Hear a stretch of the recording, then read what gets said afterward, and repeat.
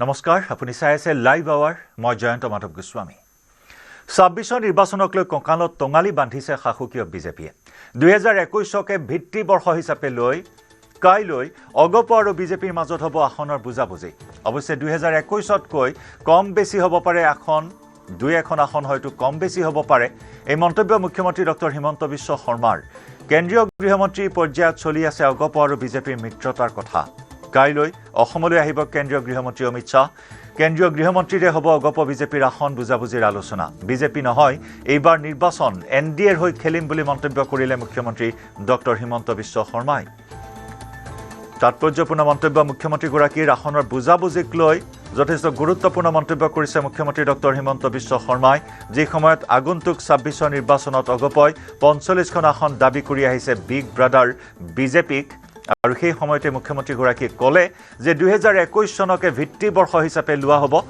আৰু ২০২১ চনক ভিত্তি বৰ্ষ হিচাপে লৈ আসনৰ বুজাবুজি কৰা হ'ব অৱশ্যে ২০২১তকৈ কম বেছি হ'ব পাৰে দুই এখন আসন এই মন্তব্য মুখ্যমন্ত্ৰীগৰাকীৰ কেন্দ্ৰীয় গৃহমন্ত্ৰী পৰ্যায়ত চলি আছে অগপ আৰু বিজেপিৰ মিত্ৰতাৰ কথা বতৰা কাইলৈ অসমলৈ আহিব কেন্দ্ৰীয় গৃহমন্ত্ৰী অমিত শাহ কেন্দ্ৰীয় গৃহমন্ত্ৰীৰে হ'ব অগপ বিজেপিৰ আসন বুজাবুজিৰ আলোচনা বিজেপি নহয় এইবাৰ নিৰ্বাচন এনডিএৰ হৈ খেলিম বুলি মন্তব্য কৰে মুখ্যমন্ত্ৰী ডক্টৰ শৰ্মাই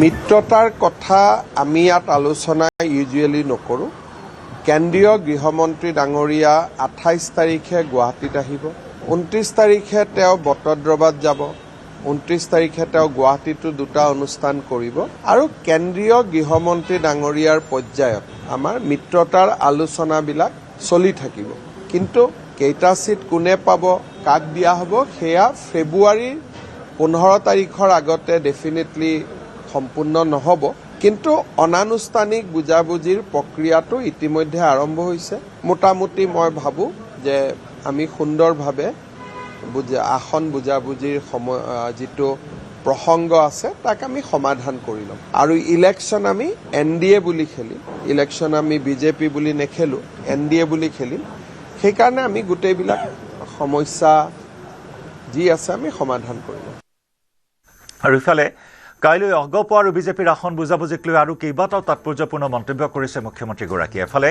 ২১ক ভিত্তি বৰ্ষ হিচাপে লৈ আসনৰ বুজাবুজিৰ কথা উল্লেখ কৰাৰ সমান্তৰালকৈ মুখ্যমন্ত্ৰীগৰাকীয়ে উল্লেখ কৰিলে যে আসন বুজাবুজি হ'ব কিন্তু বিজেপিৰ বিধায়ক থকা আসন এৰি নিদিয়ে বিজেপিয়ে বিশেষ দাবীৰ ক্ষেত্ৰত কৰা হ'ব পাৰে বিবেচনা এই মন্তব্য মুখ্যমন্ত্ৰী ডক্টৰ শৰ্মাৰ গণপৰিষদ দলৰ লগত আমাৰ কেনেকুৱা ধৰণৰ বুজাবুজি হ'ব পাৰে তাক গণপৰিষদ দলে জানে বিজেপিৰ য'ত বিধায়ক আছে আৰু বিজেপিয়ে য'ত ইতিমধ্যেই জয়লাভ কৰিছে তেনেকুৱা চিট সাধাৰণতে ৰাষ্ট্ৰীয় ৰাজনৈতিক দলে কাকো এৰি নিদিয়ে কিবা বিশেষ চিটত বিশেষ আৰ্জি বিশেষ দাবীৰ ক্ষেত্ৰত কেতিয়াবা কনচিডাৰ কৰা হয় বেলেগ কথা আৰু এনেকুৱা যদি প্ৰত্যেক চিটত কোনোবা এটা চিট বিচাৰে অসমত ৩৫টা চিট আছে যদি ৩৫টা চিট এজিপিক দিওঁ তেতিয়াহ'লে বিজেপিয়ে ২০টামান চিটতহে খেলিব বাকীটো ২২টাতটো ২৫টাত আমি কোনেও খেলিব নোৱাৰোঁ গতিকে মই ভাবোঁ যে আপোনালোকে ডেফিনেটলি শুনোতেও ভুল হ'ব পাৰে বা তেওঁলোকে কওঁতেও কাৰণ অসমত ৩৫খন জিলা আছে এতিয়া বাক্সা জিলাত এজিপিয়ে ক'ৰ পৰা চিট ল'ব চিৰাঙত ক'ৰ পৰা চিট ল'ব তামোলপুৰত ক'ৰ পৰা চিট ল'ব কাৰণ তাততো আমিয়ে চিট পাওঁ নে নাপাওঁ ঠিক নাই গতিকে আমি তেওঁলোকক ক'ৰ পৰা চিট দিম গতিকে এই গোটেই কথাটো এটা বুজাবুজি যোৱা বছৰ ২০২১ত হৈছে গতিকে ২০২১টোকে ভিত্তি বৰ্ষ হিচাপে লৈ বুজাবুজি হ'ব গতিকে ২০২১ৰ পৰা এখন দুখন চিট আগপিছ হ'ব পাৰে কিন্তু ভিত্তি বৰ্ষটো ২০২১ হ'ব তাতকৈতো আৰু বেলেগ হ'ব নোৱাৰে আজি ৰাজ্যিক বিজেপিৰ কাৰ্যনিৰ্বাহকৰ দ্বিতীয়টো দিন আজি অনুষ্ঠিত হ'ব নিৰ্বাচন সম্বন্ধীয় কেইবাখনো বৈঠক আজি অনুষ্ঠিত হ'ব নিৰ্বাচন পৰিচালনা কমিটি মেনুফেষ্টো কমিটি কেম্পেইন কমিটিৰ বৈঠক ৰাজ্যিক কাৰ্যনিৰ্বাহকৰ আজি দ্বিতীয়টো দিন আজি অনুষ্ঠিত হ'ব নিৰ্বাচন সম্বন্ধীয় কেইবাটাও আলোচনা কেইবাটাও বিষয়ত গুৰুত্বপূৰ্ণ আলোচনাত মিলিত হ'ব নেতৃত্ব বিশেষকৈ আজি অনুষ্ঠিত হ'ব নিৰ্বাচন পৰিচালনা কমিটি মেনুফেষ্টো কমিটি আৰু কেম্পেইন কমিটিৰ বৈঠক। ভাৰতীয় জনতা পাৰ্টিৰ ৰাষ্ট্ৰীয় কাৰ্যকৰী সভাপতি শ্ৰী নীতিন নবীন ডাঙৰীয়াৰ অধ্যক্ষতাত কোৰ কমিটিৰ বৈঠক অনুষ্ঠিত হয় আৰু কোৰ কমিটিৰ বৈঠকত ৰাষ্ট্ৰীয় সাংগঠনিক সম্পাদক BL সন্তোষ ডাঙৰীয়া, কেন্দ্ৰীয় মন্ত্ৰী সৰ্বানন্দ সোণোৱাল ডাঙৰীয়া, আমাৰ নিৰ্বাচনী প্ৰভাৰী বৈজয়ন্তজয় পাণ্ডা ডাঙৰীয়া, ৰাজ্যিক প্ৰভাৰী হৰীশ দ্বিবেদী ডাঙৰীয়া আৰু সহ নিৰ্বাচনী প্ৰভাৰী সুনীল শৰ্মা ডাঙৰীয়া উপস্থিত থাকে। সাম্প্ৰতিক ৰাজনৈতিক পৰিৱেশৰ ওপৰত আলোচনা কৰোঁ আৰু আমাৰ নৱনিৰ্বাচিত কাৰ্যকৰী সভাপতি ডাঙৰীয়াই আমাক শেষত মাৰ্গদৰ্শন কৰে। আমাৰ কাৰ্যনিৰ্বাহক বৈঠক চলি থাকিব। দলৰ কেইবাখনো গুৰুত্বপূৰ্ণ বৈঠক, election management committee, campaign committee, manifesto committee, এইসমূহ বৈঠক সমান্তৰালভাৱে চলি থাকিব। বিটিআৰত নতুন বিকল্প বাছি উলিওৱাৰ চিন্তা চৰ্চা। UPPL বা BPF কোনো এটা দলে কংগ্ৰেছৰ ফালে নাযায়। 15 ফেব্ৰুৱাৰীৰ পূৰ্বে NDAৰ আসনৰ বুজাবুজি নহয়। আটাইকেইটা দলৰে চলি আছে প্ৰাৰম্ভিক আলোচনা। বিটিআৰৰ সমীকৰণক লৈও এই মন্তব্য কৰিলে মুখ্যমন্ত্ৰী ডক্টৰ শৰ্মাই। বিটিআৰত বিজেপিৰ লগত UPPLও আছে, বিজেপিৰ লগত BPFও আছে, কিন্তু BPF আৰু UPPL একেলগে থকাটো সম্ভৱ নহয়। সেইকাৰণে আমি কিবা এটা তাত নতুনত্ব বিচাৰি উলিয়াব লাগিব আৰু গৃহমন্ত্ৰী ডাঙৰীয়াৰ লগত আলোচনা হ'লে ডেফিনেটলি কিবা এটা নতুনত্ব থাকিব। কিন্তু এইটো কথা ঠিক যে BPFও কংগ্ৰেছৰ ফালে যোৱাৰ সম্ভাৱনা নাই, UPPLও কংগ্ৰেছৰ ফালে যোৱাৰ কোনো সম্ভাৱনা নাই। ৰাজ্যিক বিজেপিৰ কাৰ্যালয়ত কৰ্ণধাৰ কমিটিৰ বৈঠক। কাৰ্যকৰী সভাপতি নীতিন নবীনৰ উপস্থিতিত এই বৈঠক অনুষ্ঠিত হয়। বৈঠকত অংশগ্ৰহণ কৰে মুখ্যমন্ত্ৰী ডক্টৰ হিমন্ত বিশ্ব শৰ্মা। উপস্থিত থাকে কেন্দ্ৰীয় মন্ত্ৰী সৰ্বানন্দ সোণোৱাল, পবিত্ৰ মাৰ্ঘেৰিটা। বিধানসভা নিৰ্বাচনৰ ৰোডমেপকে ধৰি বিভিন্ন বিষয়ত আলোচনা কৰা হয় এই বৈঠকত। কৰ্ণধাৰ কমিটিৰ গুৰুত্বপূৰ্ণ বৈঠক। কাৰ্যকৰী সভাপতি নীতিন নবীনৰ উপস্থিতিত এই বৈঠক অনুষ্ঠিত হয়, য'ত থাকে মুখ্যমন্ত্ৰী ডক্টৰ হিমন্ত বিশ্ব শৰ্মা, কেন্দ্ৰীয় মন্ত্ৰী সৰ্বানন্দ সোণোৱাল, কেন্দ্ৰীয় মন্ত্ৰী পবিত্ৰ মাৰ্ঘেৰিটা। বিধানসভা নিৰ্বাচনৰ ৰোডমেপকে ধৰি বিভিন্ন বিষয়ত আলোচনা হয় এই বৈঠকত।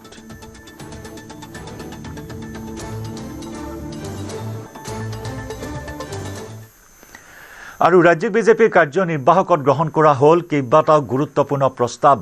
সুৰক্ষিত, বিকশিত আৰু আত্মনিৰ্ভৰশীল ভাৰত গঠনত অসমৰ ভূমিকা সন্দৰ্ভত প্ৰস্তাৱ। অসমত মিয়াৰ আগ্ৰাসন ৰোধৰ প্ৰস্তাৱ গ্ৰহণ কাৰ্যনিৰ্বাহকত। PGR VGRত বাস কৰা মিয়া মুছলমানক উচ্ছেদ কৰাৰ ৰাজনৈতিক প্ৰস্তাৱ গ্ৰহণ কৰিলে বিজেপিয়ে। ষষ্ঠ অনুসূচী আৰু চাহ বাগিচাৰ পৰিয়ালক বাদ দি 3টা সন্তান থকা পৰিয়ালে চৰকাৰী সুবিধা নোপোৱাৰো ৰাজনৈতিক প্ৰস্তাৱ গ্ৰহণ কৰা হয়। চৰকাৰে লোৱা খিলঞ্জীয়া লোকৰ ভূমিৰ অধিকাৰৰ সিদ্ধান্তৰ ওপৰতো প্ৰস্তাৱ গ্ৰহণ। সীমা সমস্যা নিষ্পত্তি কৰাৰ ক্ষেত্ৰত আলোচনাৰ মাধ্যমেৰে আগবঢ়াৰ লক্ষ্য। অসম চুক্তিৰ 6 নম্বৰ দফাত সন্নিৱিষ্ট প্ৰতিটো দিশ আলোচনাৰে আগবঢ়াই নিয়াৰ প্ৰস্তাৱ বিজেপিৰ কাৰ্যনিৰ্বাহকত। কংগ্ৰেছৰ ভুৱা নেৰেটিভৰ বিৰুদ্ধেও প্ৰস্তাৱ গ্ৰহণ বিজেপিৰ।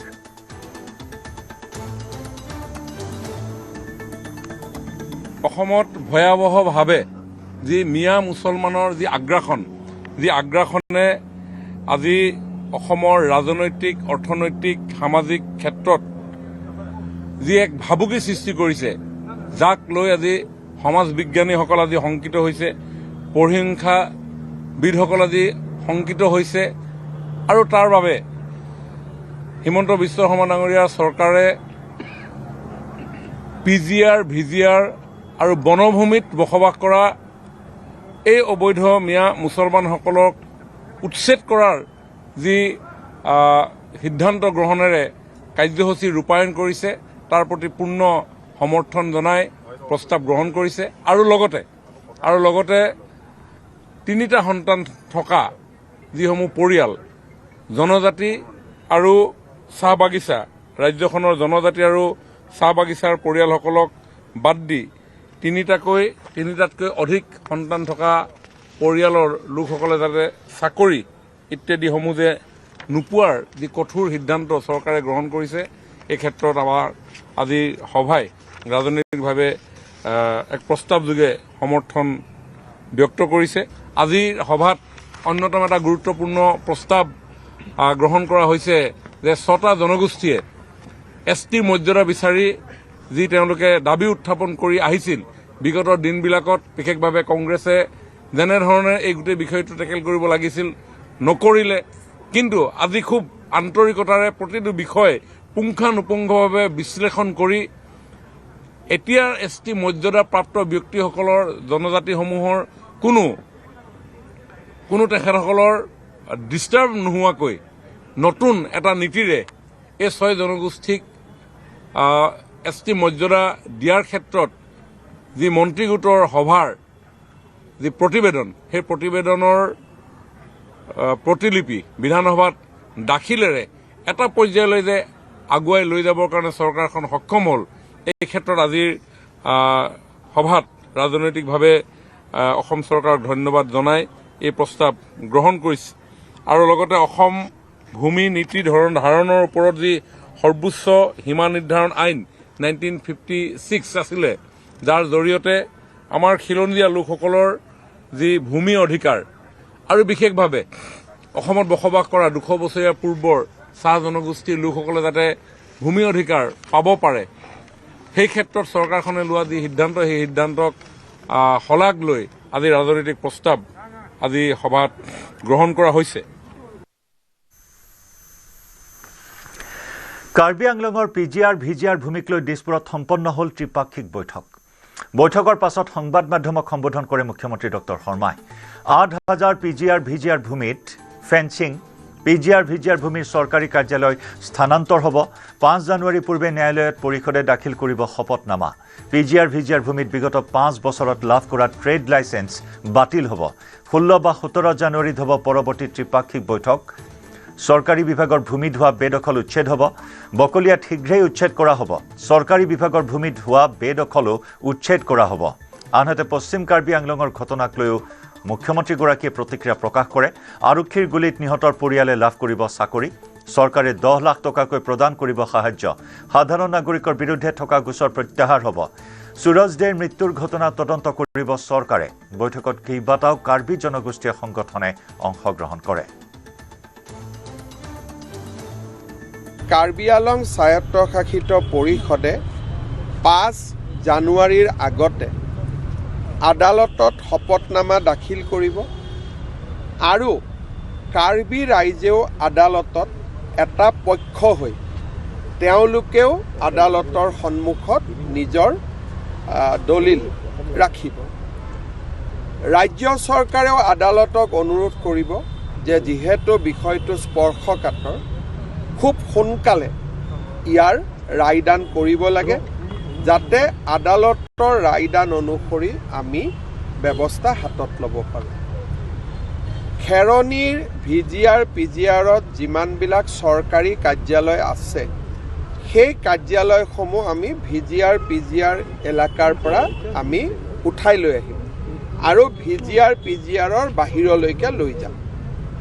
তৃতীয়তে, খেৰণীত VGR PGRৰ খালী মাটি 8,000 বিঘা আছে। এই 8,000 বিঘা খালী মাটিত কাউন্সিলে ফেন্সিং কৰিব আৰু বনানীকৰণ কৰিব, যাতে ভৱিষ্যতে কোনেও তাত দখল ল'ব নোৱাৰে। যিজন ব্যক্তিৰ পুলিচৰ গুলীচালনাত মৃত্যু হ'ল, কাউন্সিলে তেখেতক এটা চাকৰি দিব। ৰাজ্য চৰকাৰে অতিৰিক্তকৈ 10 লাখ টকাৰ ক্ষতিপূৰণ দিব। VGR PGR মাটিত যিমান ট্ৰেড লাইচেন্স ইছ্যু হৈছে, কাউন্সিলে আটাইবোৰ ট্ৰেড লাইচেন্স কেনচেল কৰিব, যাতে কোনেও তাতে ইলিগেলি ভৱিষ্যতে ট্ৰেড লাইচেন্স ল'ব নোৱাৰে। ইয়াৰ উপৰিও কাৰ্বি আংলঙৰ VGR PGRৰ মাটিক বাদ দিও বিভিন্ন ডিপাৰ্টমেণ্টৰ মাটিও মানুহে এনক্ৰ'চ কৰি থৈছে। ইৰিগেশ্যন, ছইল কনজাৰ্ভেশ্যন ডিপাৰ্টমেণ্টৰ মাটিও এনক্ৰ'চ কৰি থৈছে। যিবিলাক ডিপাৰ্টমেণ্টৰ মাটি এনক্ৰ'চ হৈ আছে, তাতে কাউন্সিলে এভিকশ্যন আৰম্ভ কৰিব। অহা 17 জানুৱাৰীত আমাৰ দ্বিতীয়লানি আলোচনা আৰম্ভ হ'ব। তেতিয়ালৈকে হাইকোৰ্টৰ পৰাও আমি এটা সুবিচাৰ পাম বুলি আশা কৰিছোঁ। এই আলোচনাখিনিৰ উপৰিও কাৰ্বি আংলঙৰ কাউন্সিলৰ কেইবাখনো rules, conduct of election rules, land alienation rules আদি বিভিন্ন ৰুলছ ৰাজ্য চৰকাৰৰ বিচাৰাধীন হৈ আছে। এই ৰুলছ আৰু আইনবিলাকো ৰাজ্য চৰকাৰে সোনকালে অনুমোদন দিয়াৰ ব্যৱস্থা কৰিব। আজি এই গোটেইখিনি আলোচনা হ'ল, আৰু বহুখিনি কথা আলোচনা কৰিব বাকী আছে। 16 বা 17 জানুৱাৰীত আমাৰ দ্বিতীয়লানি আলোচনা আৰম্ভ হ'ব। মুখ্যমন্ত্ৰী ডক্টৰ হিমন্ত বিশ্ব শৰ্মাৰ সৈতে হোৱা বৈঠকৰ অন্তত কাৰ্বি ছাত্ৰ সন্থাৰ নেতা লিটছং ৰংফাৰৰ গুৰুত্বপূৰ্ণ মন্তব্য। বৈঠকৰ সিদ্ধান্তসমূহৰ বিষয়ে ৰাইজৰ সৈতে আলোচনা কৰিব কাৰ্বি ছাত্ৰ সন্থাই। চৰকাৰে পূৰ্বতে শপতনামা দাখিল কৰা হ'লে আজিৰ পৰিস্থিতিৰ উদ্ভৱ নহ'ল হয়, কিন্তু কাৰ্বি আংলং স্বায়ত্তশাসিত পৰিষদে বিষয়টোক গুৰুত্ব সহকাৰে নল'লে। কৰিবলগীয়া কামখিনি নকৰাৰ বাবেই আজিৰ পৰিস্থিতি উদ্ভৱ হ'ল বুলি মন্তব্য লিটছং ৰংফাৰৰ। 17 জানুৱাৰীত পুনৰ ৰাজ্য চৰকাৰৰ সৈতে বৈঠকত বহিব কাৰ্বি ছাত্ৰ সন্থাৰ লগতে অন্যান্য সংগঠনসমূহ। বেদখলকাৰী মানে বেদখলকাৰী, তাত জনগোষ্ঠীৰ লোকসকল হ'ব পাৰে, তাত বিহাৰীও হ'ব পাৰে, তাত মুছলিমো হ'ব পাৰে, তাত বেংগলী হ'ব পাৰে, তাত কাৰ্বিও হ'ব পাৰে। আমাৰ কথাটো হৈছে যে বেদখলকাৰী মানে বেদখলকাৰী। সেই বেদখলকাৰী লোকসকলে য'ত যিটো ঠাইত তেওঁলোকে দখল কৰিছে চৰকাৰী ভূমিত, সেইটো ইমিডিয়েট তাত অতি শীঘ্ৰে তাত উচ্ছেদৰ কামখিনি তাত চৰকাৰৰ ফালৰ পৰা আৰম্ভ কৰা হ'ব। চৰকাৰে, অসম চৰকাৰ আৰু কাৰ্বি আংলং স্বায়ত্তশাসিত পৰিষদে গোটেইখিনি সিদ্ধান্তখিনি লৈছে, আৰু তাত যিটো ট্ৰেডিং লাইচেঞ্চবোৰ যিমানখিনি 1951 পিছত যিটো আছে গোটেইটো ট্ৰেডিং লাইচেঞ্চখিনি কেঞ্চেল কৰা হ'ব তাত, আৰু উচ্ছেদৰ কামখিনি যিমানখিনি আছে গোটেইখিনিটো আৰম্ভ কৰা হ'ব। সেইটো চৰকাৰে যদি এই বিষয়টো লৈ পেলাই যদি তেওঁলোকে যদি এফিডেভিট ফাইল কৰিলেহেঁতেন, সেইটো ইয়াৰ আগতে গোটেইখিনি ছেটেল হৈ গ'লে হয়। কিন্তু সেইটো যে কাৰ্বি আংলং স্বায়ত্তশাসিত পৰিষদে তেওঁলোকে যে ইমান লাইটলি লৈছে, বা যিটো কৰিবলগীয়া কামখিনি তেওঁলোকে নকৰাৰ কাৰণে আজি কাৰ্বি আংলংখন আজি তেনেধৰণৰ পৰিস্থিতিখিনি আমি দেখা পাইছোঁ। সেইকাৰণে আমি আশা কৰিছোঁ যে অসমবাসীয়ে এতিয়া বহুতো জাতি জনগোষ্ঠীয়ে যে তেওঁলোকে কাৰ্বিসকলৰ প্ৰতি মাত মাতিছে, কাৰ্বিসকলৰ প্ৰতি থিয় দিছে, আৰু সেইটো সমৰ্থন বুলি নাভাবোঁ। সেইটো হৈছে অসমত যিমানখিনি জাতি জনগোষ্ঠীয়ে, সেই জনগোষ্ঠীয় লোকসকলৰ তেওঁলোকৰ এটা দায়িত্ব আছে যে খিলঞ্জীয়াৰ প্ৰতি জনগোষ্ঠীয় লোকসকল এক হৈ পেলাই যাতে আমি এক মাত মাতি পেলাই নিজৰ জাতি মাটি ভেটি অৰ্থাৎ নিজৰ অস্তিত্বখিনি যাতে আমি সুৰক্ষিত কৰি ৰাখিব পাৰোঁ। সেইকাৰণে আজি যিটো আলোচনা, আমি ইয়াৰ পৰা নকওঁ যে আমি সন্তুষ্ট হৈছে বা হোৱা নাই, সেইটো নকওঁ। আমি কাৰ্বি আংলঙত গৈ পেলাই আজি যিটো আমি বৈঠকত বহিছোঁ, 26টা সমষ্টিৰ জনপ্ৰতিনিধি, ৰাজ্যৰ প্ৰতিনিধি আমি গোটেইখিনি আছোঁ। তাত গাঁওবুঢ়া আছে, তাত আমাৰ KCS কাৰ্বি জোটাংছং অৰ্থাৎ KCS আছে, কাৰ্বি লামেটেমাই আছে, লগতে বিভিন্ন ধৰণৰ জ্যেষ্ঠ নেতাসকল আছে। সেইকাৰণে গোটেইটো মিলি পেলাই আমি এই গোটেইখিনি সিদ্ধান্ত লৈছোঁ। আৰু আমি ইয়াত এইটো নকওঁ যে আমি সন্তুষ্ট হৈছোঁ হোৱা নাই, সেইটো নকওঁ। ৰাজ্যৰ লগত নিজৰ স্থানত গৈ পেলাই ৰাজ্যৰ লগত আলোচনা কৰি পেলাইহে আমি গোটেইখিনি সিদ্ধান্তখিনি ল'ম। আৰু যদিহে আৰু অসম চৰকাৰৰ ফালৰ পৰা আজি বৈঠক হোৱাৰ পাছত গোটেই আলোচনাখিনি সমাধান হোৱা নাই, বা চৰকাৰে প্ৰত্যেকটো সিদ্ধান্তখিনি আজি ল'ব পৰা নাই, আৰু নেক্সট মিটিংখন জানুৱাৰী 17 তাৰিখ অৰ্থাৎ জানুৱাৰী 17ত অসম চৰকাৰে পুনৰ আৰু আমাৰ লগত আৰু বৈঠক এবাৰ বহা হ'ব। সেইটো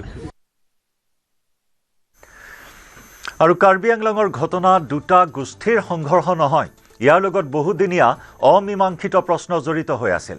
যিকোনো কাৰণতে নহওক ঘটনাটো ঘটিল। আমাৰ উদ্দেশ্য হৈছে শান্তি উভতাই অনা। ত্ৰিপাক্ষিক বৈঠকৰ অন্তত এই মন্তব্য কৰে মুখ্যমন্ত্ৰী হিমন্ত বিশ্ব শৰ্মাই। জীৱন্তে অগ্নিদগ্ধ হৈ মৃত্যু হোৱা গোচৰত তদন্ত চলিব। বাকী যিবোৰ গোচৰ পঞ্জীয়ন হৈছিল সেইবোৰ প্ৰত্যাহাৰৰ নিৰ্দেশ মুখ্যমন্ত্ৰীৰ। দল সংগঠন, সাধাৰণ জনতা সকলোকে লৈ শান্তি প্ৰতিষ্ঠা কৰা হ'ব বুলি মন্তব্য মুখ্যমন্ত্ৰীৰ। মই ইয়াতে তৃতীয় পক্ষ বা দ্বিতীয় পক্ষৰ কথা নকওঁ। এই গোটেই ঘটনাটোৰ লগত এইটো এনেকুৱা নহয় যে এইটো কিবা দুটা গোষ্ঠীৰ সংঘৰ্ষ।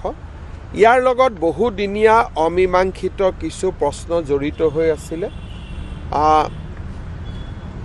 যিকোনো কাৰণতে নহওক ঘটনাটো ঘটিলে আমাৰ উদ্দেশ্য হৈছে শান্তি ঘূৰাই অনা। সেইকাৰণে পুলিচেও যিজন জীৱন্তে জুইত অগ্নিদগ্ধ হৈ মৃত্যু হ'ল সেই কেছটো ৰাখিব। বাকী যি কেছ ৰেজিষ্টাৰ হৈছে পুলিচেও আমি জেনেৰেল এমনেষ্টি দি দিম, যাতে আমাৰ মাজত কোনো ভুল বুজাবুজি নাথাকে। আৰু ৰাজ্য চৰকাৰ, কাৰ্বি আংলং কাউন্সিল আৰু চিভিল ছ'চাইটি বা আন্দোলনকাৰী পক্ষ বা আন সকলো ৰাইজক লৈ আমি খেৰণীত শান্তি প্ৰতিষ্ঠা কৰিম, কাৰ্বি আংলঙত আমি শান্তি প্ৰতিষ্ঠা কৰিম। কাৰ্বি আংলং ক'ত ষ্টে অৰ্ডাৰ আছে ছাৰ? কাৰ্বি আংলং আজি গোটেই লিষ্টখিনি আমি দেখিছোঁ, গতিকে কেছটো 5 জানুৱাৰীত আমি হাইকোৰ্টত যাম, কিন্তু ক'ত ষ্টে অৰ্ডাৰ আছে এই কথাটো আপোনালোকে কাউন্সিলৰ পৰা বুজিব, কিন্তু খেৰণীত ষ্টে অৰ্ডাৰ আছে। বকলীয়া ইৰিগেশ্যন মাটিৰ লগত যিটো বকলীয়া ইৰিগেশ্যনত আমি এভিকশ্যন কৰিব লাগিব সোনকালে হ'ব না ছাৰ? সোনকালে। আজি সিদ্ধান্ত হৈছে যে বকলীয়া ইৰিগেশ্যনত আমি সোনকালে এভিকশ্যন কৰিব লাগে। আৰু এই মুহূৰ্তত আমি কামাখ্যা ধামৰ পৰা এয়া পোনপটীয়া দৃশ্য দেখুৱাইছোঁ। এয়া হৈছে বিজেপিৰ ৰাষ্ট্ৰীয় কাৰ্যকৰী সভাপতি নীতিন নবীনে মা কামাখ্যাৰ আশীষ ল'বলৈ পুৱাই কামাখ্যা ধামত উপস্থিত হৈ সংগ দিয়ে। মন্ত্ৰী জয়ন্ত মল্ল বৰুৱা, মন্ত্ৰী ৰঞ্জিত কুমাৰ দাসকো দেখিবলৈ পোৱা হৈছে। এয়া নীতিন নবীন মা কামাখ্যাৰ আশীষ লৈছে। বিজেপিৰ ৰাজ্যিক কাৰ্যনিৰ্বাহকত অংশ লৈছে। আজি দ্বিতীয় দিনৰ কাৰ্যসূচীত অংশগ্ৰহণ কৰাৰ পূৰ্বেই মা কামাখ্যা ধামত উপস্থিত হয় বিজেপিৰ ৰাষ্ট্ৰীয় কাৰ্যকৰী সভাপতিগৰাকী।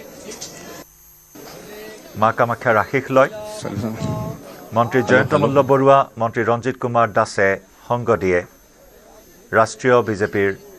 বিজেপিৰ ৰাষ্ট্ৰীয় কাৰ্যকৰী সভাপতিগৰাকীক।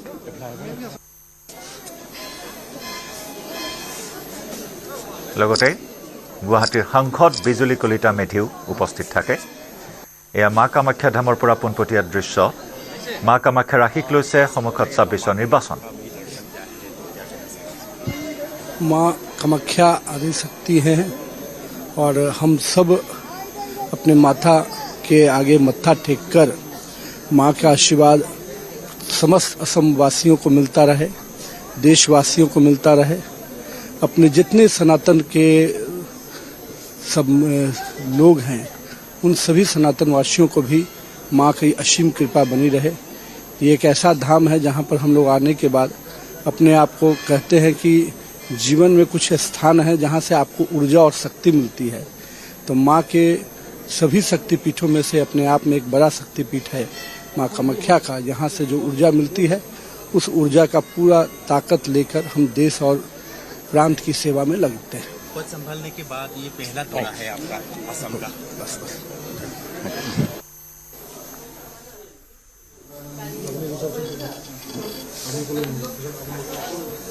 বিজেপিৰ ৰাষ্ট্ৰীয় কাৰ্যকৰী সভাপতিৰ দায়িত্ব গ্ৰহণ কৰি প্ৰতিটো কাৰ্য সুচাৰুৰূপে পৰিচালনা কৰাৰ ক্ষেত্ৰত মা কামাখ্যাৰ আশীষ লৈছে নীতিন নবীনে। এয়া মা কামাখ্যা ধামৰ দৃশ্য দেখুৱাইছোঁ। আজি দ্বিতীয় দিনৰ বিজেপিৰ ৰাজ্যিক কাৰ্যনিৰ্বাহকত অংশগ্ৰহণ কৰিব আৰু তাৰ পূৰ্বে পুৱাৰ ভাগতে মা কামাখ্যা ধামত দেখিবলৈ পোৱা হ'ল বিজেপিৰ ৰাষ্ট্ৰীয় কাৰ্যকৰী সভাপতিগৰাকী।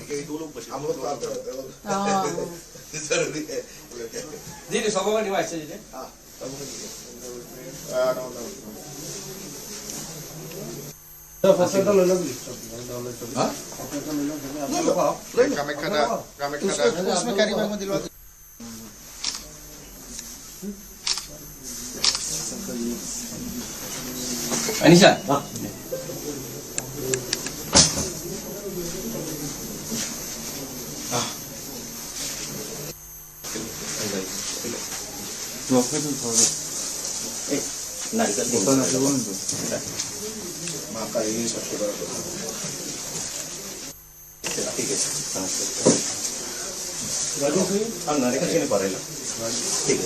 आशीर्वाद हमेशा है।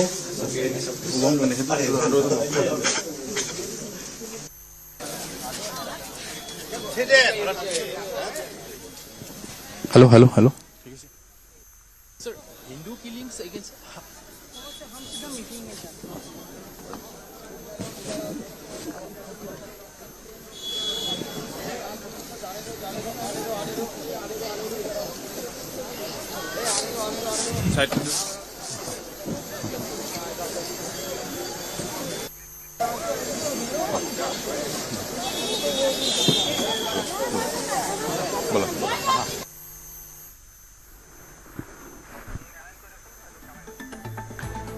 আৰু ইতিমধ্যে মা কামাখ্যাৰ আশীষ লৈ তেওঁ ৰাওনা হৈছে। আজি দ্বিতীয় দিনৰ কাৰ্যনিৰ্বাহকৰ বৈঠকত অংশগ্ৰহণ কৰিব।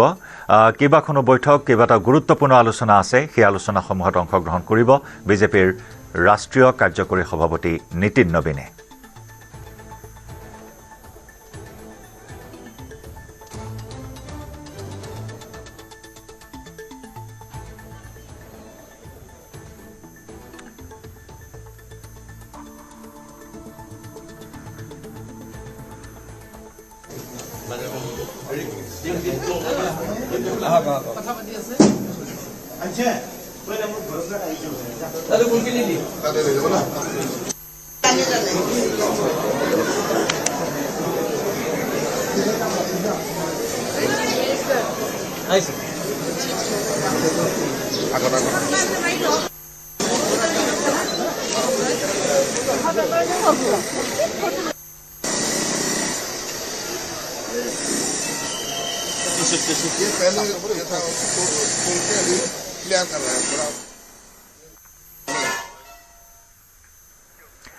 পুনৰ আহিছো কাৰ্বি আংলঙৰ প্ৰসংগলৈ। কাৰ্বি আংলঙৰ বিতৰ্কিত খেৰণী ঘাটৰ ভূমি পিজিআৰৰ ভূমি কেনেকৈ হ'ল? ৪২ বছৰ পূৰ্বৰ নথি দেখুৱাই স্থানীয় লোকে কৰিলে এই প্ৰশ্ন। কাৰ্বি আংলঙৰ ১ নম্বৰ খেৰণী ঘাটত উচ্ছেদ কৰা নকৰাক লৈ পৰিৱেশ অশান্ত হৈ আছে। ইয়াৰ মাজতে স্থানীয় একাংশ লোকে ৪২ বছৰ পুৰণি মাটি নথিপত্ৰ দেখুৱাই প্ৰশ্ন কৰিছে যে ৪২ বছৰৰ পাছত খেৰণী ঘাটৰ ভূমি পিজিআৰৰ ভূমি কেনেকৈ হ'ল? এই ভূমিৰ নথিপত্ৰসমূহৰ মতে কাৰ্বি আংলঙৰ ডংকা চক্ৰৰ অধীনৰ হাৱাইপুৰ মৌজাৰ ১ নম্বৰ খেৰণী ঘাট গাঁৱত ১৯৮৩ চনৰ ৭ ডিচেম্বৰত এখন জাননী জাৰি কৰা হৈছিল। কাৰ্বি আংলং জিলা পৰিষদৰ তৰফৰ পৰা এই জাননী প্ৰদান কৰিছিল সহকাৰী বন্দোবস্তি বিষয়াই। এই জাননী জাৰি কৰা হৈছিল ১ নম্বৰ খেৰণী ঘাট গাঁৱত ভূমিৰ জৰীপ কৰিবলৈ। জাননীখনত এলেকাটোত থকা সকলো লোকক উপস্থিত থাকি ভূমি সম্পৰ্কীয় তথ্য যোগান ধৰিবলৈ আহ্বান জনোৱা হৈছিল। এই জৰীপৰ সময়ত ১৯৮৩ চনতেই এই গাঁওসমূহত বাস কৰা লোকসকলৰ ভূমিৰ ডাক নম্বৰ চিঠা কপি প্ৰস্তুত কৰা হৈছিল আৰু সেই ডাক নম্বৰ অনুসৰিয়েই পৰিয়ালসমূহে খাজনা আদায় দি আহিছিল। স্থানীয় লোকে জনোৱা মতে এই জৰীপ সমাপন হৈছিল সেই বছৰৰ ১৪ ডিচেম্বৰত। লক্ষণীয়ভাৱে সেই জৰীপৰ ভিত্তিত প্ৰস্তুত কৰা চিঠা কপিসমূহ ক'তো এই ভূমিৰ শ্ৰেণী পিজিআৰ বুলি উল্লেখ কৰা হোৱা নাই। বিপৰীতে ভূমিৰ দায়িত্ব কোনো পৰিয়ালৰ ওপৰত আছে তাৰহে উল্লেখ আছে। উল্লেখযোগ্য যে খেৰণীৰ গাঁওসমূহত বাস কৰা লোকসকলৰ ভিতৰত আছিল ভাষিক অসমীয়া, কাৰ্বি, ডিমাছা, মণিপুৰী, গোৰ্খা, হিন্দীভাষী, বেংগলী ইত্যাদি। এই চিঠা কপি আৰু খাজনা ৰচিদ মতে সেই ভূমিখিনি পিজিআৰ লেণ্ড নহয় বুলি দাবী কৰে স্থানীয় লোকে। এই নথিসমূহৰ আধাৰতে এলেকাটোত বসবাস কৰি থকা লোকসকলে বিভিন্ন চৰকাৰী আঁচনি আৰু সুবিধা লাভ কৰি আহিছে। আনকি খেৰণী আৰক্ষী থানাখনৰ লগতে বহু চৰকাৰী কাৰ্যালয়ো এনে ভূমিতেই অৱস্থিত। ফলত দশক দশক জুৰি বাস কৰি থকা ভূমিখিনিক পিজিআৰ লেণ্ড বুলি উল্লেখ কৰাক লৈ বিপাঙত পৰিছে স্থানীয় বাসিন্দাসকল।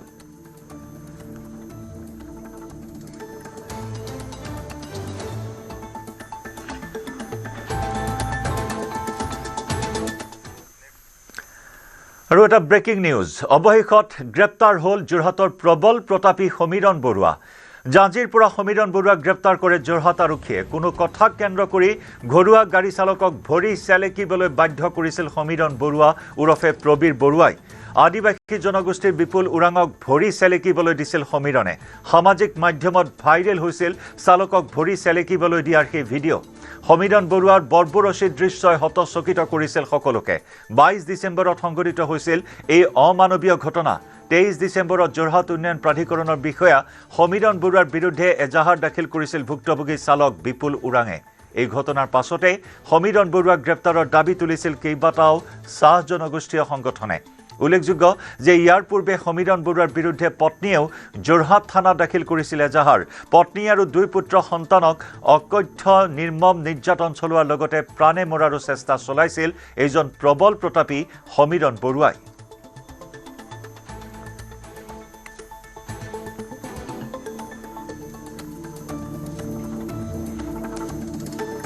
যোৰহাট কপাই নহয় অসম কপাই যোৱা এটা ঘটনা আছিলে। চাহ জনগোষ্ঠীয় যুৱক বিপুল ওৰাঙক থু চেলেকাইছিলে, ভৰি চেলেকাইছিলে যোৰহাট উন্নয়ন প্ৰাধিকৰণৰ চৰকাৰী বিষয়া সমীৰণ বৰুৱা ডাঙৰীয়া। তো এতিয়া সেই দানৱৰূপী এটা গুণ্ডা তেওঁ এটা সংগোপংগু লৈ কিনে যিটো কাণ্ড কৰিলে কেইমাহৰ পূৰ্বে সেইটো যেতিয়া ছ'চিয়েল মিডিয়াত ভাইৰেল হ'ল 23 ডিচেম্বৰ তাৰিখে আমি এফআইআৰ দিছিলোঁ বিপুল বৰুৱাৰ দ্বাৰা যোৰহাট সদৰ থানাত। তাৰপিছত 7জন ছাত্ৰ সন্থাই আমি 24 ঘণ্টা সময় বান্ধি দিছিলোঁ SP গৰাকীক আৰু OC গৰাকীক যে 24 ঘণ্টাৰ ভিতৰত কাৰ্য কৰিব লাগিব আৰু সেই মৰ্মে আমি কৈছিলোঁ শুক্ৰবাৰৰ ভিতৰত কাৰ্য কৰিব লাগিব। সেইকাৰণে ধন্যবাদ দিছোঁ 24 ঘণ্টাৰ ভিতৰত শুক্ৰবাৰে সমীৰণ বৰুৱাৰ নিচিনা দানৱ এগৰাকীক এটা গুণ্ডাৰূপী মানৱক চৰকাৰী বিষয়ক কাৰ্য কৰিলে তাৰ কাৰণে ধন্যবাদ দিলোঁ। 26 নিৰ্বাচনক লৈ কঁকালত টঙালি বান্ধিছে শাসকীয় বিজেপি। 2021কে ভিত্তি বৰ্ষ হিচাপে লৈ কাইলৈ অগপ আৰু বিজেপিৰ মাজত হ'ব আসনৰ বুজাবুজি। অৱশ্যে 2021তকৈ কম বেছি হ'ব পাৰে দুই এখন আসন। এই মন্তব্য মুখ্যমন্ত্ৰী ডক্টৰ হিমন্ত বিশ্ব শৰ্মাৰ। কেন্দ্ৰীয় গৃহমন্ত্ৰী পৰ্যায়ত চলি আছে অগপ আৰু বিজেপিৰ মিত্ৰতাৰ প্ৰসংগ। কাইলৈ অসমলৈ আহিব কেন্দ্ৰীয় গৃহমন্ত্ৰী অমিত শ্বাহ। কেন্দ্ৰীয় গৃহমন্ত্ৰীগৰাকীৰে হ'ব অগপ বিজেপিৰ আসন বুজাবুজিৰ আলোচনা।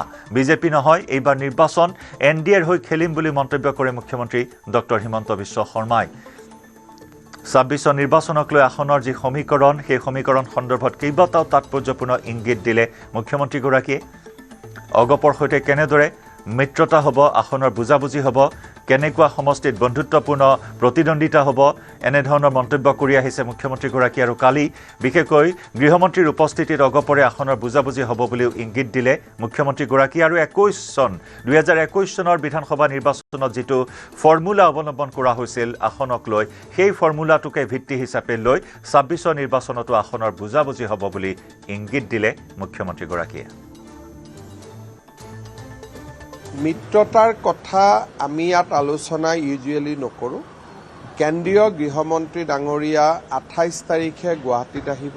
29 তাৰিখে তেওঁ বটদ্ৰৱাত যাব। 29 তাৰিখে তেওঁ গুৱাহাটীতো দুটা অনুষ্ঠান কৰিব। আৰু কেন্দ্ৰীয় গৃহমন্ত্ৰী ডাঙৰীয়াৰ পৰ্যায়ত আমাৰ মিত্ৰতাৰ আলোচনাবিলাক চলি থাকিব। কিন্তু কেইটা চিট কোনে পাব, কাক দিয়া হ'ব, সেয়া ফেব্ৰুৱাৰীৰ 15 তাৰিখৰ আগতে ডেফিনেটলি সম্পূৰ্ণ নহ'ব। কিন্তু অনানুষ্ঠানিক বুজাবুজিৰ প্ৰক্ৰিয়াটো ইতিমধ্যে আৰম্ভ হৈছে। মোটামুটি মই ভাবোঁ যে আমি সুন্দৰভাৱে আসন বুজাবুজিৰ যিটো প্ৰসংগ আছে তাক আমি সমাধান কৰি ল'ম। আৰু ইলেকশ্যন আমি NDA বুলি খেলিম, ইলেকশ্যন আমি বিজেপি বুলি নেখেলোঁ, NDA বুলি খেলিম।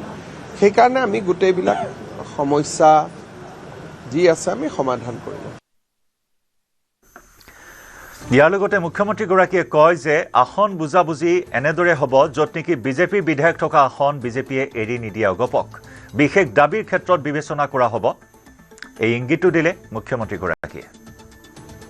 গণ পৰিষদ দলৰ লগত আমাৰ কেনেকুৱা ধৰণৰ বুজাবুজি হ'ব পাৰে তাক গণ পৰিষদ দলে জানে। বিজেপিৰ য'ত বিধায়ক আছে আৰু বিজেপিয়ে য'ত ইতিমধ্যেই জয়লাভ কৰিছে, তেনেকুৱা চিট সাধাৰণতে ৰাষ্ট্ৰীয় ৰাজনৈতিক দলে কাকো এৰি নিদিয়ে। কিবা বিশেষ চিটত বিশেষ আৰ্জি, বিশেষ দাবীৰ ক্ষেত্ৰত কেতিয়াবা কনচিডাৰ কৰা হয়, বেলেগ কথা। আৰু এনেকুৱা যদি প্ৰত্যেক চিটত কোনোবা এটা চিট বিচাৰে, অসমত 35টা চিট আছে, যদি 35টা চিট AGPক দিওঁ তেতিয়াহ'লে বিজেপিয়ে 20টামান চিটতহে খেলিব। বাকীটো 22টাতটো 25টাত আমি কোনেও খেলিব নোৱাৰোঁ। গতিকে মই ভাবোঁ যে আপোনালোকে ডেফিনেটলি শুনোতেও ভুল হ'ব পাৰে বা তেওঁলোকে কওঁতেও, কাৰণ অসমত 35খন জিলা আছে। এতিয়া বাক্সা জিলাত AGPয়ে ক'ৰ পৰা চিট ল'ব, চিৰাঙত ক'ৰ পৰা চিট ল'ব, তামোলপুৰত ক'ৰ পৰা চিট ল'ব, কাৰণ তাততো আমিয়ে চিট পাওঁ নে নাপাওঁ ঠিক নাই। গতিকে আমি তেওঁলোকক ক'ৰ পৰা চিট দিম। গতিকে এই গোটেই কথাটো এটা বুজাবুজি যোৱা বছৰ 2021ত হৈছে। গতিকে 2021টোকে ভিত্তিবৰ্ষ হিচাপে লৈ বুজাবুজি হ'ব। গতিকে 2021ৰ পৰা এখন দুখন চিট আগপিছ হ'ব পাৰে, কিন্তু ভিত্তিবৰ্ষটো 2021 হ'ব, তাতকৈতো আৰু বেলেগ হ'ব নোৱাৰে। আজি ৰাজ্যিক বিজেপিৰ কাৰ্যনিৰ্বাহকৰ দ্বিতীয়টো দিন। আজি অনুষ্ঠিত হ'ব নিৰ্বাচন সম্বন্ধীয় কেইবাটাও গুৰুত্বপূৰ্ণ আলোচনা। আজি অনুষ্ঠিত হ'ব নিৰ্বাচন পৰিচালনা কমিটি, মেনুফেষ্টো কমিটি, কেম্পেইন কমিটিৰ বৈঠক।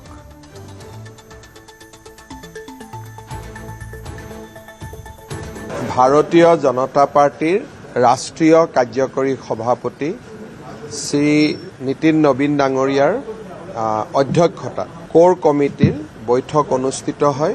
আৰু কোৰ কমিটিৰ বৈঠকত ৰাষ্ট্ৰীয় সাংগঠনিক সম্পাদক BL সন্তোষ ডাঙৰীয়া, কেন্দ্ৰীয় মন্ত্ৰী সৰ্বানন্দ সোণোৱাল ডাঙৰীয়া, আমাৰ নিৰ্বাচনী প্ৰভাৰী বৈজয়ন্তজয় পাণ্ডা ডাঙৰীয়া, ৰাজ্যিক প্ৰভাৰী হৰিশ দ্বিবেদী ডাঙৰীয়া আৰু সহ নিৰ্বাচনী প্ৰভাৰী সুনীল শৰ্মা ডাঙৰীয়া উপস্থিত থাকে। সাম্প্ৰতিক ৰাজনৈতিক পৰিৱেশৰ ওপৰত আলোচনা কৰোঁ আৰু আমাৰ নৱনিৰ্বাচিত কাৰ্যকৰী সভাপতি ডাঙৰীয়াই আমাক শেষত মাৰ্গদৰ্শন কৰে। আমাৰ কাৰ্যনিৰ্বাহক বৈঠক চলি থাকিব। দলৰ কেইবাখনো গুৰুত্বপূৰ্ণ বৈঠক, election management committee, campaign committee, manifesto committee, এইসমূহ বৈঠক সমান্তৰালভাৱে চলি থাকিব।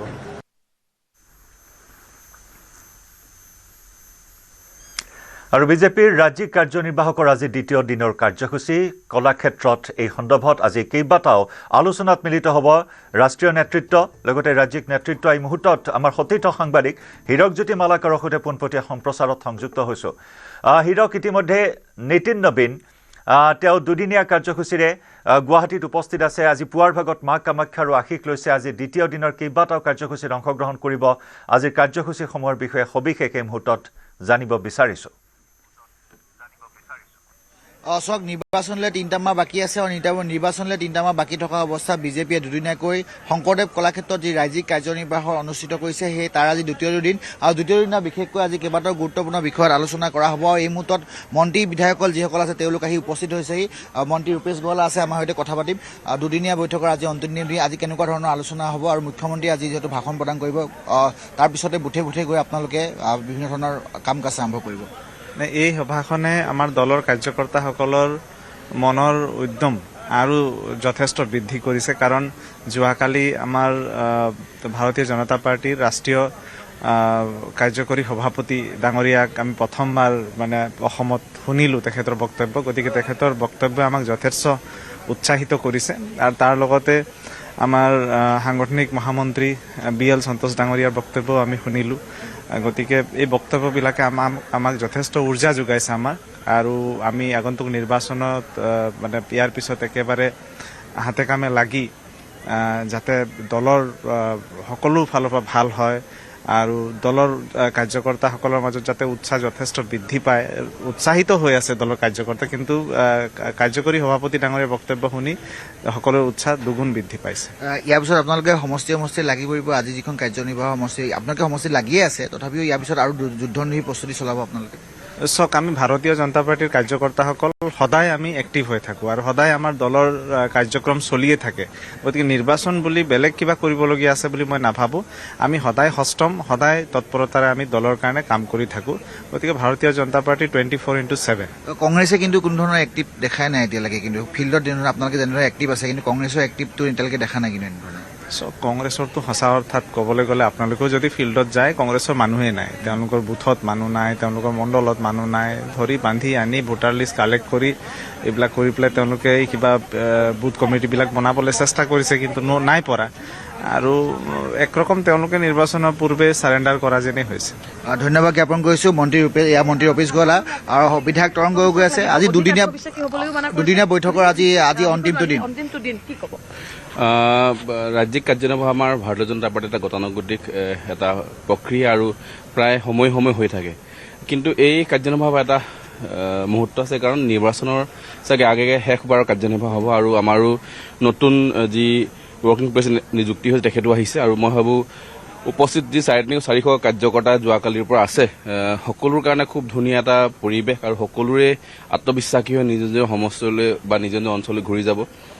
দলীয়ভাৱে কেনেকৈ কাম কৰিব লাগে বা আগন্তুক 100 দিন সদায় কাম কৰিবৰ কাৰণে আমাক উৎসাহ জনোৱা হৈছে। মই ভাবোঁ এই কাৰ্যনিৰ্বাহে আগন্তুক নিৰ্বাচনৰ কাৰণেও এটা গতি বা দিশ আমাৰ সকলো কাৰ্যকৰ্তাই দেখুৱাইছে। আৰু মই ভাবোঁ কাৰ্যনিৰ্বাহৰ পিছত যিসকল কাৰ্যকৰ্তা যদি ভাবিছিলে ক'ৰবাত থমকি ৰৈছে বা ক'ৰবাত যদি এলাহ ভাৱ আছিলে, সকলো দূৰ কৰি মই ভাবোঁ আগন্তুক 26ৰ ইলেকশ্যনৰ কাৰণে সকলো প্ৰস্তুতি আৰু এই কাৰ্যনিৰ্বাহ সভাৰ এটা ভাল বাৰ্তালৈ সকলো যোৱা যায়। 100 দিনীয়া কাৰ্যসূচী এতিয়া আপোনালোকে এই কাৰ্যনিৰ্বাহ হোৱাৰ পিছত সমষ্টিত আৰু অধিক তৎপৰ হ'ব লাগিব। 100 দিনীয়া কাৰ্যসূচী সেইটো 100 দিনীয়া কাৰ্যসূচী বুলি নহয়, 100 দিন ডেইলি কাম কৰিব কোৱা হৈছে। ডেইলি লাগিলে 1 ঘণ্টাই হওক, আধা ঘণ্টাই হওক, 10 মিনিটে হওক কিন্তু 100 দিন বিৰত নোহোৱাকৈ ডেইলি আমাৰ সকলো কাৰ্যকৰ্তাক ব্যস্ত থাকিবলৈ কোৱা হৈছে মই ভাবোঁ এই বাৰ্তাটোৱে অকল ইয়াৰ বহি থকা ব্যক্তিয়ে নহয় ভাৰতীয় জনতা পাৰ্টীৰ সকলো স্তৰৰ কাৰ্যকৰ্তাক উৎসাহ জনাবৰ সকলোৱে আগন্তুক নিৰ্বাচনৰ কাৰণে কাম কৰিব আপোনালোকে যেনেদৰে লাগি আছে সমষ্টিয়ে বা বিভিন্ন ধৰণৰ কাৰ্যনিৰ্বাহ তাৰ বিপৰীতে কিন্তু কংগ্ৰেছৰ এতিয়ালৈকে যিটো সক্ৰিয় হ'ব লাগিছিল তেনেধৰণৰ সক্ৰিয় হোৱাই নাই কিন্তু বিৰোধীয়ে চাওক বিৰোধী বুলি ক'লে বিৰোধীসকল ৰাজভৱনৰ ভিতৰত ব্যস্ত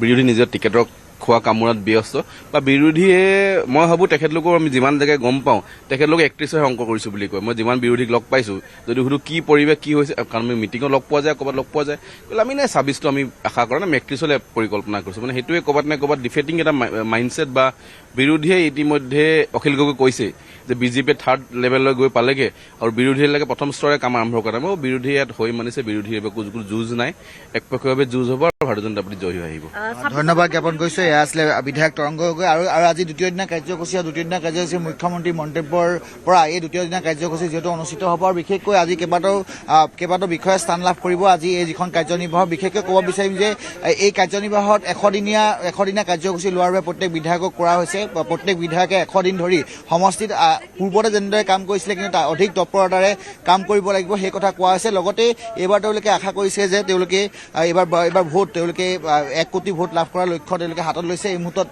মন্ত্ৰী পীযুষ হাজৰিকা আমি দেখিবলৈ পাইছোঁ আমি তেখেতৰ পৰা মন্তব্য ল'ব চেষ্টা কৰিম এয়া দেখিছে যিসকল মন্ত্ৰী বিধায়কসকল আছে মন্ত্ৰী বিধায়কসকল ইতিমধ্যে আহি উপস্থিত হৈছেহি আৰু তেওঁলোকৰ এইবাৰ লক্ষ্য হাতত লৈছে যে যোৱাবাৰ তেওঁলোকে 85 লাখ ভোট লাভ কৰিছিলে কিন্তু এবাৰ তেওঁলোকে 1 কোটি ভোট লাভ কৰাৰ বাবে লক্ষ্য হাতত লৈছে আৰু লগতে অনাগত 100 দিনত বিভিন্ন ধৰণৰ কাৰ্যসূচী কৰাৰ বাবে প্ৰত্যেকজন বিধায়কক ইতিমধ্যে স্পষ্টকৈ নিৰ্দেশ দিয়া আছে আৰু ইয়াৰ পিছতে তেওঁলোকে বুথে যাব আৰু বুথে গৈ তেওঁলোকে বুথ শক্তিশালী কৰিব বুথত গৈ তেওঁলোকে আচলতে কাৰ্যকৰ্তাসকলে কেনেদৰে কাম কৰিব তাৰ বাবে ইতিমধ্যে কাৰ্যকৰী সভাপতি নীতিন নবীনে কালি স্পষ্টকৈ প্ৰকাশ কৰিছে লগতে ক'ব বিচাৰিম যে এইবাৰ বুথৰ পৰা জয়যাত্ৰা আৰম্ভ কৰাৰ লক্ষ্য বিজেপিয়ে হাতত লৈছে মোৰ বুথ সকলোকে মজবুত এই যি নীতি এই নীতিৰে বিজেপিয়ে এইবাৰ বিধানসভা নিৰ্বাচনত আগুৱাৰ বাবে যিহেতু পৰিকল্পনা হাতত লৈছে আৰু বুথলৈ যাওঁ বলক সমষ্টিলৈ যাওঁ বলক এনেধৰণৰ তেওঁলোকে লক্ষ্য হাতত লৈছে আৰু সেই লক্ষ্যৰে তেওঁলোকে এই কাৰ্যনিৰ্বাহৰ পিছত তেওঁলোকে বিভিন্ন সমষ্টিত জঁপিয়াই পৰিব আৰু বিশেষকৈ 26ৰ নিৰ্বাচনৰ পূৰ্বে এই যিখন কাৰ্যনিৰ্বাহক হ'ব সকলোতকৈ ডাঙৰ কাৰ্যনিৰ্বাহক আৰু এইখিনিতে এটা কথা ক'ব বিচাৰিম যে আজি এই কাৰ্যনিৰ্বাহ সমাপ্ত হোৱাৰ পিছতে নিশা 8 বজাত মুখ্যমন্ত্ৰীয়ে যিসকল বিধায়ক আছে বিজেপি বিধায়কসকলৰ সৈতে আলোচনা কৰিব আচলতে সমষ্টিত কেনেধৰণৰ কাম কাজ হৈছে তাৰ বাবে ইতিমধ্যে বিধায়কসকলক নিমন্ত্ৰণ জনোৱা হৈছে আৰু তাতে তেওঁলোকে যিসকল সমষ্টিত যদি ক'ৰবাত কিছু লেপছ হৈ আছে বা কিছু যদি ক'ৰবাত খেলি মেলি আছে সেইবোৰ দূৰ কৰাৰ বাবে ইতিমধ্যে চেষ্টা কৰিব আৰু কালি মুখ্যমন্ত্ৰীগৰাকীয়ে এটা স্পষ্টকৈ উল্লেখ কৰিছে যে যিবোৰ সমষ্টি বৰ্তমান বিজেপি দখলত থকা সমষ্টি আছে সেইবোৰ সমষ্টি অসম গণ পৰিষদক এৰাৰ কোনো প্ৰশ্নই নুঠে বুলি এনেকুৱা ধৰিছে তাৰ মাজতে যদি এৰা ধৰা থাকে তেন্তে এৰা ধৰাৰ মাজত নিৰ্বাচন চলিব বুলি ইতিমধ্যে স্পষ্টকৈ প্ৰকাশ কৰিছে আৰু আজি দ্বিতীয় দিনাখন কাৰ্যসূচী আজি বিশেষকৈ মুখ্যমন্ত্ৰী মন্তব্যৰ পৰা আৰম্ভ হ'ব আৰু তাৰ বাবে অধিক আগ্ৰহে বাট চাই আছে সকলো কাৰ্যকৰ্তা আৰু কিছু সময় পিছতে এই কাৰ্যনিৰ্বাহৰ দ্বিতীয় দিন আৰম্ভ হ'ব ধন্যবাদ হীৰক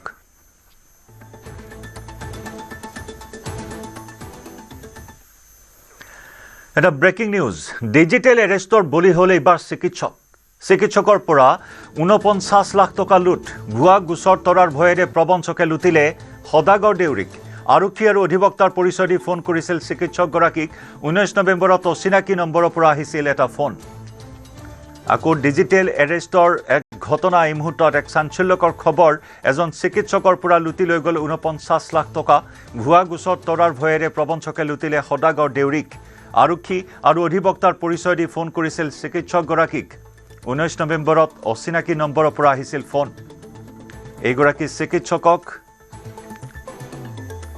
49 লাখ টকা লুটি লৈ গ'ল ভয় ভাবুকি দেখুৱাই ভুৱা গোচৰ তৰাৰ ভয় ভাবুকি দেখুৱাই ভীতিগ্ৰস্ত কৰি 49 লাখ টকা সৰকালে দুষ্ট চক্ৰই ডিজিটেল এৰেষ্টৰ বলি হৈ আহিছে বিভিন্নজন শেহতীয়াকৈ এই চিকিৎসকজন বলি হ'ল 49 লাখ টকা লুটি নিলে দুৰ্বৃত্তই সদাগৰ দেউৰী নামৰ চিকিৎসকগৰাকীৰ পৰা এই 49 লাখ টকা লুট যোৰহাটৰ পৰা আমাৰ সতীৰ্থ সাংবাদিক গৌতম বৰাৰ সৈতে সংযুক্ত হৈছোঁ গৌতম সবিশেষ জানিব বিচাৰিছোঁ এই ঘটনা সন্দৰ্ভত হয় নিশ্চয়কৈ জয়ন্ত চাওক যে ডিজিটেল এৰেষ্টৰ বিষয়ে অধিকাংশ বহু লোকে জানে আৰু চৰকাৰৰ তৰফৰ পৰাও এই ক্ষেত্ৰত সজাগতাৰ সৃষ্টি কৰাৰ প্ৰয়াস চলাই থকা হৈছে কিয়নো এচাম দুষ্ট চক্ৰই এনেধৰণে নিজকে আৰক্ষী অধিবক্তা ৰূপে পৰিচয় দিয়ে আৰু তেওঁলোকৰ ওপৰত গোচৰ ৰুজু হৈ আছে বুলি ভাবুকি প্ৰদান কৰে আৰু তেওঁলোকে এই কৌশল এনেধৰণে ৰচনা কৰে যে সেই ব্যক্তিজনৰ ফেচবুক প্ৰফাইল ইত্যাদি তেওঁলোকে পুংখানুপুংখকে পৰীক্ষা কৰি সেই ব্যক্তিজনৰ মনস্তাত্ত্বিক দিশটোৰ ওপৰত তেওঁলোকে জানি লয় আৰু তাৰ পাছত তেনেধৰণে তেওঁলোকৰ ফান্দত পেলায় যোৰহাটৰ বিশিষ্ট চিকিৎসক মানৱ দৰদী চিকিৎসক সদাগৰ দেউৰী ডাঙৰীয়াও তেনে এক প্ৰবঞ্চক চক্ৰৰ বলি হয় আৰু এই ঘটনা হৈছিলে নৱেম্বৰ মাহত বাংগালোৰ পুলিচ নামৰ এটা এপ অৰ্থাৎ আমাৰ অসম পুলিচৰ যি ধৰণৰ নিজস্ব পেজ আছে ফেচবুক পেজ আছে বা তেওঁলোকৰ যি ৱেবছাইট আছে তেনেধৰণৰ বাংগালোৰ পুলিচ নামেৰে এটা বিশেষ এপৰ জৰিয়তে সদাগৰ দেউৰীক ফান্দত পেলোৱা হৈছিলে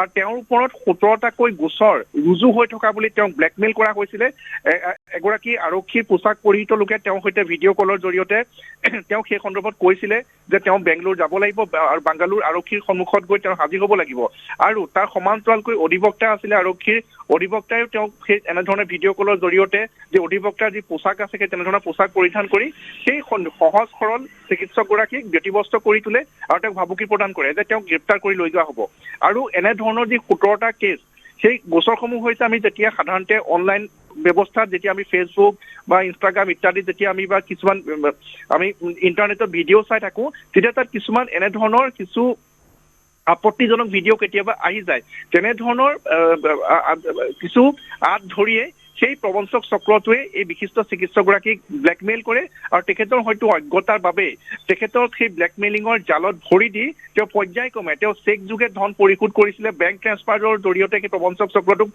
ধন পৰিশোধ কৰিছিলে কিয়নো তেওঁলোকে সেই জালখন এনেধৰণে পেলাইছিলে যে তেওঁলোকে যিটো যোগাযোগৰ মাধ্যমেৰে বিশিষ্ট চিকিৎসকগৰাকীৰ সৈতে যোগাযোগ কৰিছিলে এটা এপ খুলি লৈছিলে আৰু তাৰ জৰিয়তে তেওঁলোকে সেই ধনৰ সৰবৰাহ কৰিছিলে আদান প্ৰদান কৰিছিলে তেওঁ কেইবাটাও কিস্তিত মুঠ 49 লাখ টকা তেওঁ পৰিশোধ ইতিমধ্যে কৰিলে আৰু শেহতীয়াকৈ তেওঁৰ মনত ধাৰণা যেতিয়া হ'ল যে এইটো হৈছে প্ৰবঞ্চক চক্ৰ তেওঁ ভয়ংকৰ জালত ভৰি দিলে তেতিয়ালৈ তেওঁ 49 লাখ টকা তেওঁৰ একাউণ্টৰ পৰা ইতিমধ্যে হেৰুৱাই ইতিমধ্যে সৰ্বশান্ত হৈ পৰিছে আৰু শেহতীয়াকৈ তেখেতে ইতিমধ্যে যোৰহাট আৰক্ষীৰ ওচৰত গোচৰ দিছে সমগ্ৰ ঘটনাৰ বিষয়ে জনাই গতিকে সেই বিশিষ্ট চিকিৎসকগৰাকী যিগৰাকী চিকিৎসকে তেওঁৰ উপাৰ্জনৰ অধিকাংশ ধনে ব্যয় কৰে বিভিন্ন যি আৰ্থিকভাৱে পিছপৰা ৰোগীৰ চিকিৎসাৰ বাবে আৰু তাৰ বাবেই তেখেত সমগ্ৰ উজনি অসমতে পৰিচিত গতিকে এই চিকিৎসকগৰাকীৰ যি কষ্টোপাৰ্জিত যি ধন সেই ধন ইতিমধ্যে এনেধৰণৰ প্ৰবঞ্চক চক্ৰই লুটি লৈ গৈছে গতিকে এই ক্ষেত্ৰত যি চাইবাৰ ক্ৰাইমৰ যি এজেঞ্চি আছে যিসমূহ নেশ্যনেল এজেঞ্চি আছে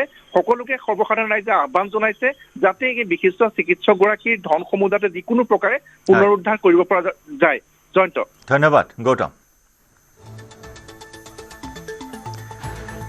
ইতিমধ্যে আমাৰ সতীৰ্থ সাংবাদিক গৌতম বৰাই উল্লেখ কৰিলে এগৰাকী মানৱ দৰদী চিকিৎসক দৰিদ্ৰ শ্ৰেণীৰ লোকসকলৰ মাজত অত্যন্ত জনপ্ৰিয় বিশেষকৈ দৰিদ্ৰ শ্ৰেণীৰ লোকসকলৰ মানৱ সেৱা আগবঢ়াই অহা এগৰাকী মানৱ দৰদী চিকিৎসক সদাগৰ দেউৰী আৰু জীৱনৰ সকলো কষ্টোপাৰ্জিত ধন এনেদৰে চাইবাৰ চক্ৰৰ জালত ভৰি দি হেৰুৱাবলগীয়া হ'ল সৰ্বস্বান্ত হৈ অৱশেষত এতিয়া আৰক্ষীক কাষ চাপিছে এতিয়া চাইবাৰ সেলে কেনেধৰণৰ পদক্ষেপ গ্ৰহণ কৰে সেয়া হ'ব লক্ষণীয়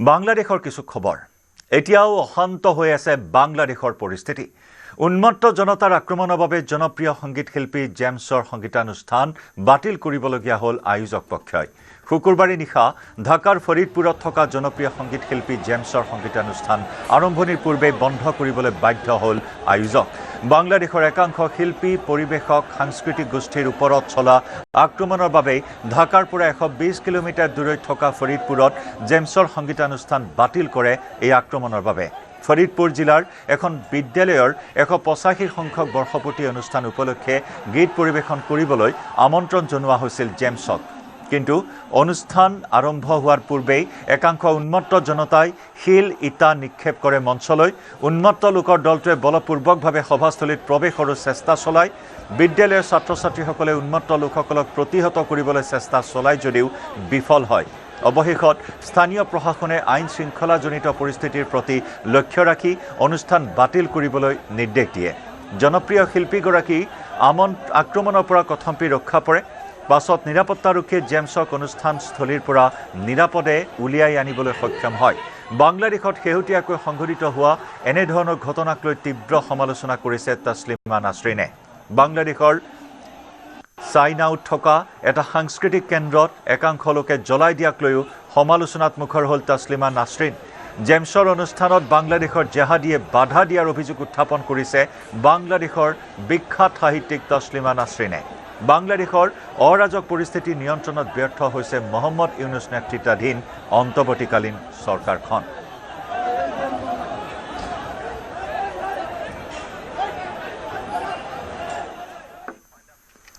ইয়াৰে সৈতে সময় হ'ল লাইভ আৰৰ পৰা বিদায় লোৱাৰ। নমস্কাৰ।